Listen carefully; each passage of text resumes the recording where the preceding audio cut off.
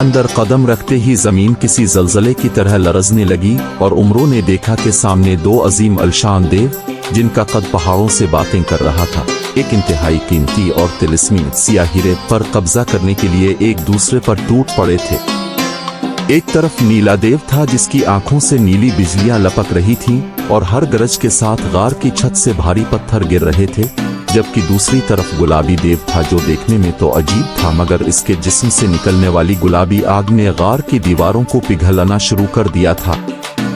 उमरों ने अपनी जंबील से एक तिलिस्मी दूरबीन निकाल कर देखा कि ये हीरा कोई आम पत्थर नहीं बल्कि क्वाकाफ की बादशाहत की कुंजी थी। इसलिए इसने फैसला किया कि वो उन दोनों लालची दोहे को सबक सिखाएगा।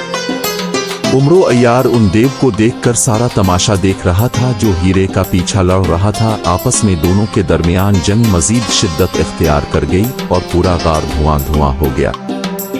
जब दोनों देव लड़ते लड़ते उदेमुए हो गए और उनकी कुव्वत खत्म होने लगी, नीला देव की नजर एक साया पर पड़ी जो उमरों का था। उसने उमरों पर वार किया अपना नीला गोला से, तो उमरों ने अपनी जंबील से एक तिलिस्मी आईना निकाला जिसने नीले देव की बिजलियों को पलट कर इस पर गिरा दिया और साथ ही एक पुरस्कार छत्तुर खोली जो गुलाबी देव की आग को बर्फ में बदल रही थी।